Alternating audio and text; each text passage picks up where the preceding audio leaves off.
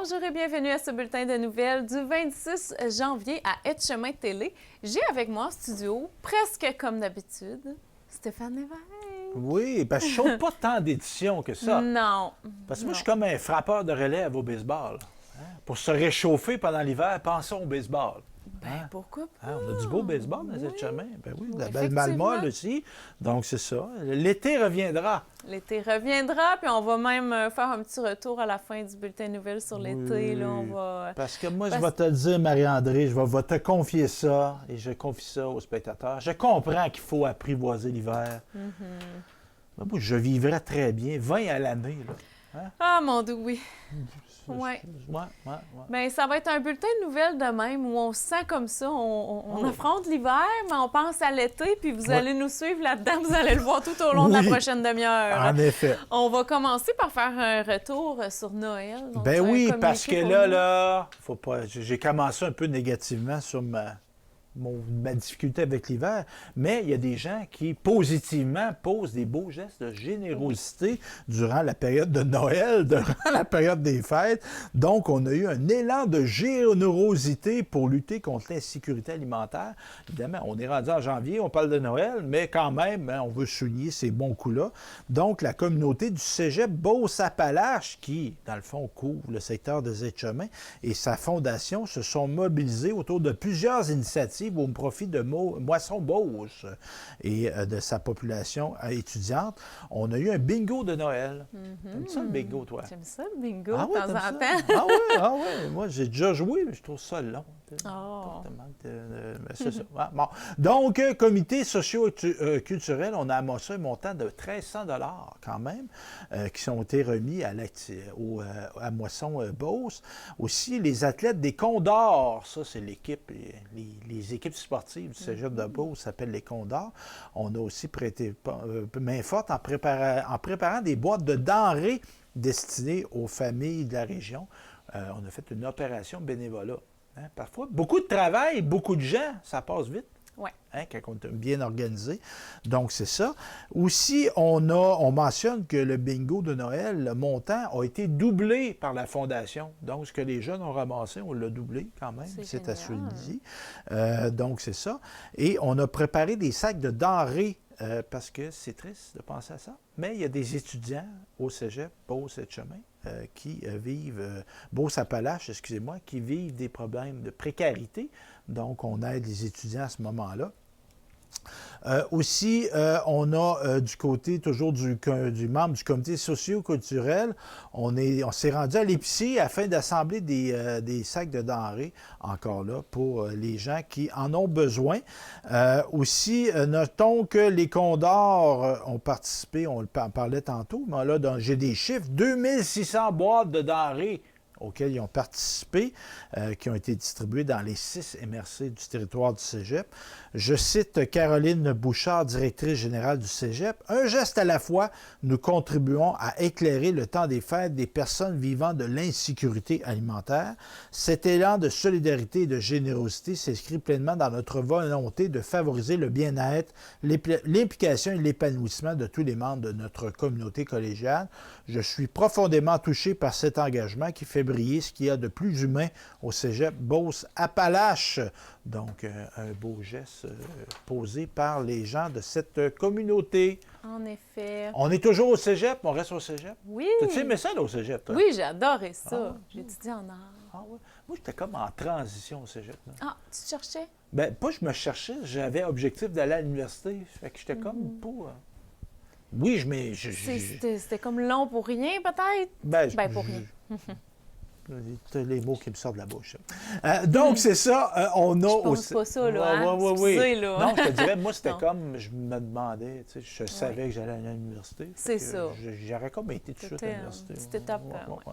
Donc, c'est ça. Cégep Beauce-Appalaches, toujours amorce un virage important en entrepreneuriat. C'est important, ça. Ouais. Hein, de développer des gens qui vont se partir en affaires.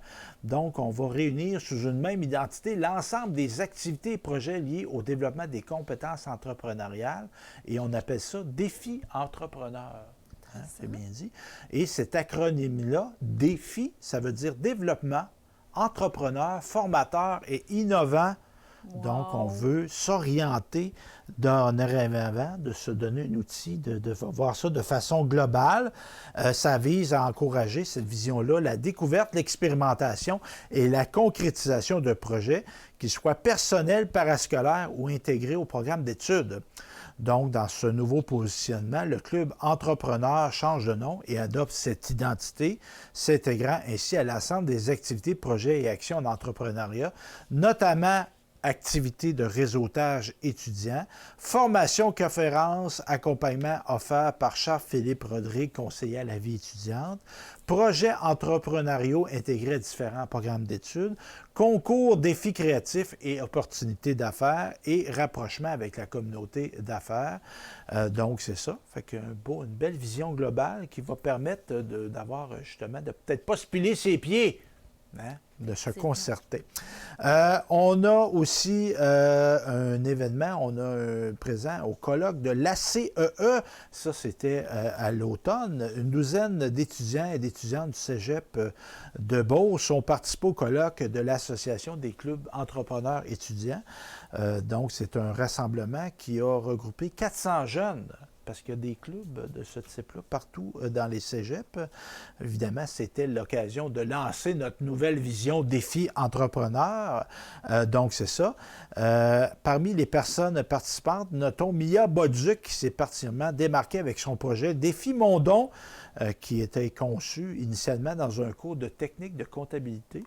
Donc, un travail étudiant, un projet qui s'est concrétisé et de façon concrète, qui visait à une course à relais qui a réuni 140 personnes et permis d'amasser 6 000 quand même. Hein? Donc, c'est ça.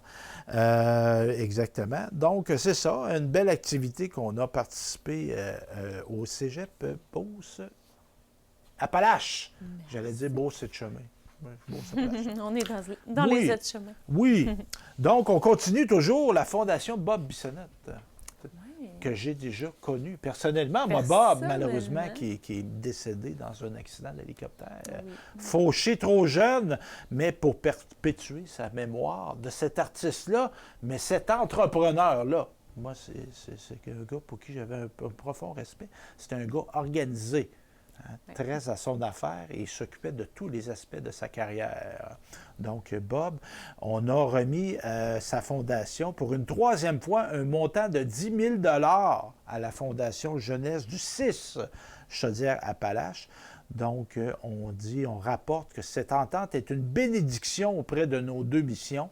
Ces derniers sont en contact direct avec des jeunes auxquels offrir l'inscription, le matériel nécessaire à un sport, une activité artistique change le quotidien. Et ça, la Fondation, je la connais un peu. Il y a l'axe sport, favoriser le sport chez les jeunes, mais il y a l'axe favoriser la pratique artistique. Ce qui était Bob Bissonnette, c'est un gars qui a joué au hockey junior majeur. Il a joué dans la Ligue de hockey junior majeur du Québec. Donc, c'était un sportif, mais c'était un artiste aussi. Donc, on reprend ces deux éléments-là. Donc, plusieurs des demandes qu'on reçoit visent l'équilibre mental de ces jeunes et la capacité de canaliser leurs émotions et de développer de saines habitudes de vie par la passion. Donc, on remercie la Fondation pour ce don quand même très important de 10 000 $. Donc, comme on vous l'a promis, on va vous parler de la grisaille de l'hiver, un segment préparé par Véronique Dubé. Allons voir ça à l'instant. Bienvenue à Véro Info. Aujourd'hui, je vous parle de comment combattre la grisaille hivernale. Parce qu'on le sait, là, c'est gris, il pleut, il y a de la neige, on ne sait jamais trop les températures. Janvier, février, mars, il y a des grosses journées où il fait très froid, où il fait noir de bonne heure, puis on est un peu, comment qu'on pourrait dire, maussade. Et là, j'avais envie de vous donner des trucs pour vous sortir de cette grisaille hivernale. Je ne sais pas si vous connaissez, mais il y a une lampe de luminothérapie qu'on peut placer sous notre bureau et on la dirige vers notre visage et ça nous amène l'espèce de luminaire luminothérapie qui nous donne une espèce d'énergie. Souvent, on va le faire le matin en se levant ou en fin de journée pour essayer de se donner un petit regain d'énergie parce qu'on le sait, il fait noir de bonne heure. Fait que la lampe luminothérapie est vraiment là pour vous permettre d'avoir une plus grande lumière parce qu'on le sait, la lumière du jour, le soleil, ça réchauffe, mais aussi ça donne de l'énergie, un regain qu'on a moins en janvier-février, on ne va pas se le cacher. Ensuite, j'ai le truc pour vous, l'arbre de Noël. Là, vous allez me dire, non, Véronique, là, le 25 décembre, moi, mon arbre de Noël est défaite. Puis là, je vous le dis, là, ça gagne à être fait encore plus. Moi, je garde mon arbre de Noël vraiment longtemps. Pourquoi?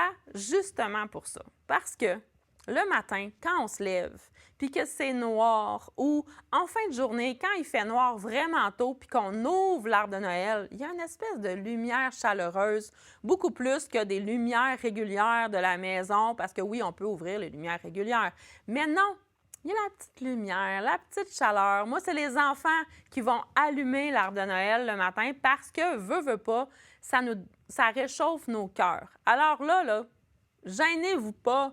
Gardez votre arbre de Noël le plus longtemps possible. Je vous le dis, ça vous donne toute l'énergie que vous avez besoin pour passer au travers des mois difficiles. Bon, si vous ne voulez pas garder votre arbre de Noël, je peux comprendre. Mais il y a d'autres façons aussi. Alors, c'est vraiment de vous faire des boissons chaudes, thé, chocolat chaud, écouter des films qui sont réconfortants, un petit feu dans la cheminée, d'aller dehors. Des journées où il fait beau, il y en a encore. Puis, ça permet de justement garder cette espèce d'énergie parce que même si le soleil n'est pas totalement là, il est à l'extérieur, il n'est pas loin et ça nous permet de garder, de reprendre un peu l'énergie perdue dans les mois plus difficiles. Ensuite, qu'est-ce qu'on se conseille pour sortir de notre grisaille? De faire des tâches tout en s'amusant. Alors, danser pendant qu'on fait les tâches, chanter pendant qu'on fait les tâches, ça donne vraiment de l'énergie, puis ça enlève un peu cette espèce de grisaille qu'on trouve un peu morose, puis qui nous empêche d'être dans une énergie à 100 %. Alors, les 3 meilleurs trucs, lampe de luminothérapie pourrait être un bon choix. Arbre de Noël jusqu'en mars est un très bon choix. Et aussi, boisson chaude. Aller jouer dehors, profiter de la saison, même si ce n'est pas toujours facile. C'est ça qui va vous faire en sorte que vous allez garder votre énergie en haute intensité. Bonne fin de journée! La la la la la la la la la. Tu fredonnais, Stéphane? Oui! Chanson de Pierre Bertrand que j'aime bien, moi. Un air d'été. Un air d'été. Tout léger, tout léger, tout léger. C'est beau, ça. Bien, justement, on s'en va dans la légèreté, comme je vous l'ai promis. Au lieu de rêver à des pays chauds, qu'on n'a plus on a plus d'argent pour se payer peut-être après le temps des fêtes. Hein? Mais quoi qu'on veut encourager l'économie locale, exactement. Mais la chaleur, on va se dire, C'est l'hiver, on a le goût d'un 30 degrés. Là, hein? Donc, on va petit rêver... pina colada. Oui, bien, un petit pina colada à l'écoparc des Etchemins cet été, peut-être. Ben oui, une bière de microbrasserie, Oui, agrumée. Verso, oui, Verso microbrasserie. Bien, justement, on va aller voir des belles images du lac Etchemin qui ont été tournées l'an dernier. Et ça va nous donner le goût d'arriver à l'été 2026.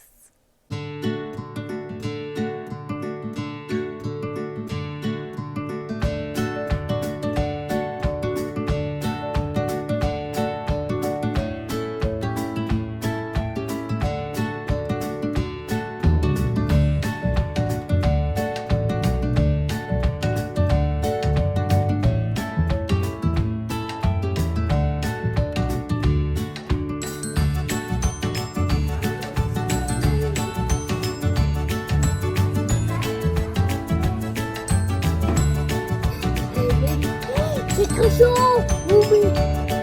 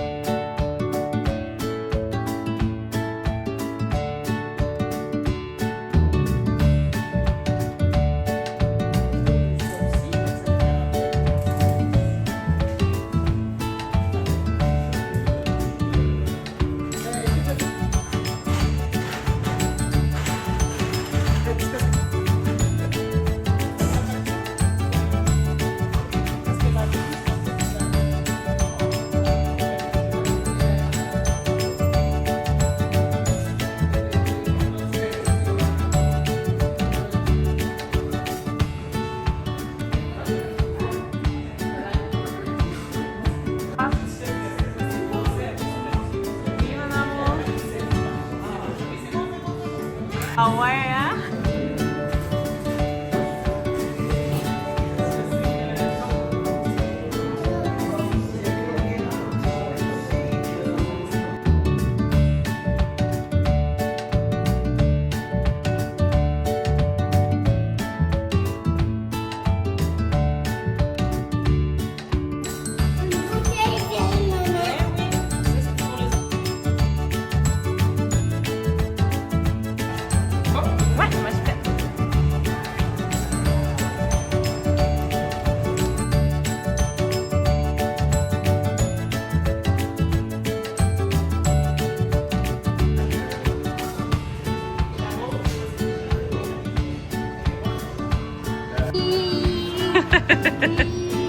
Fini.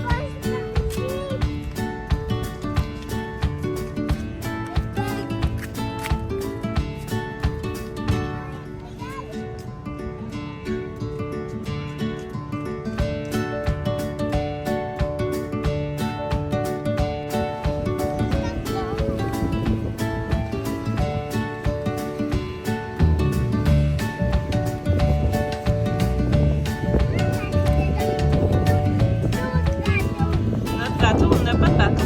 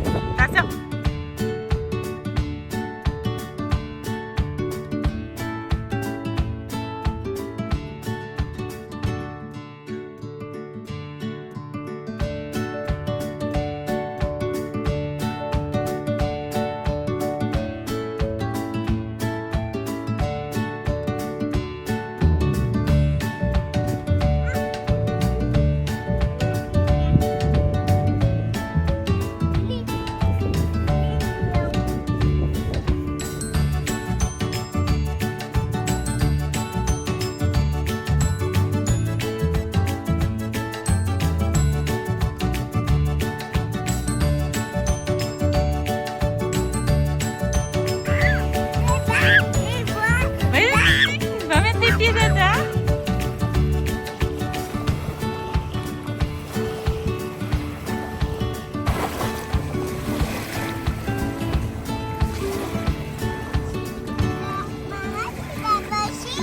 C'est la maison de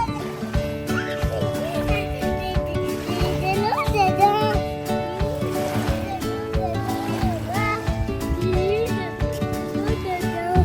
Ouais.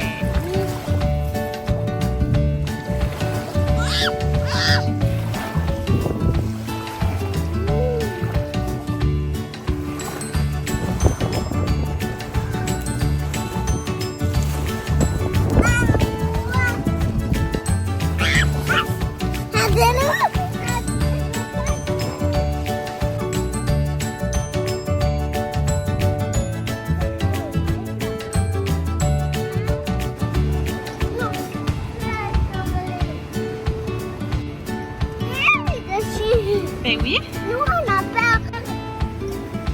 Moi, j'ai pas peur. Toi, t'as peur?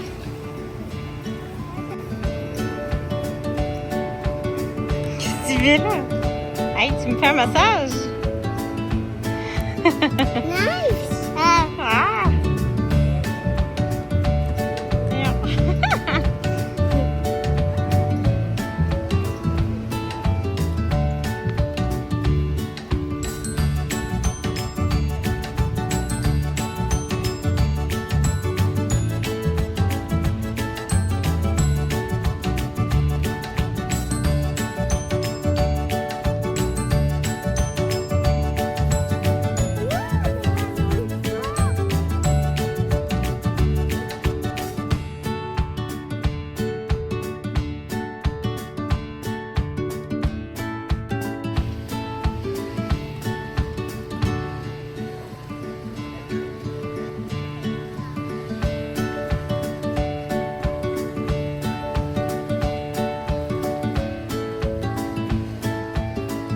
descendre où l'eau, il y a des escaliers.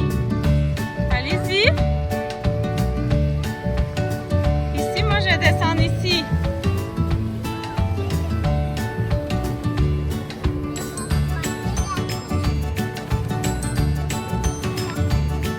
Divertissement.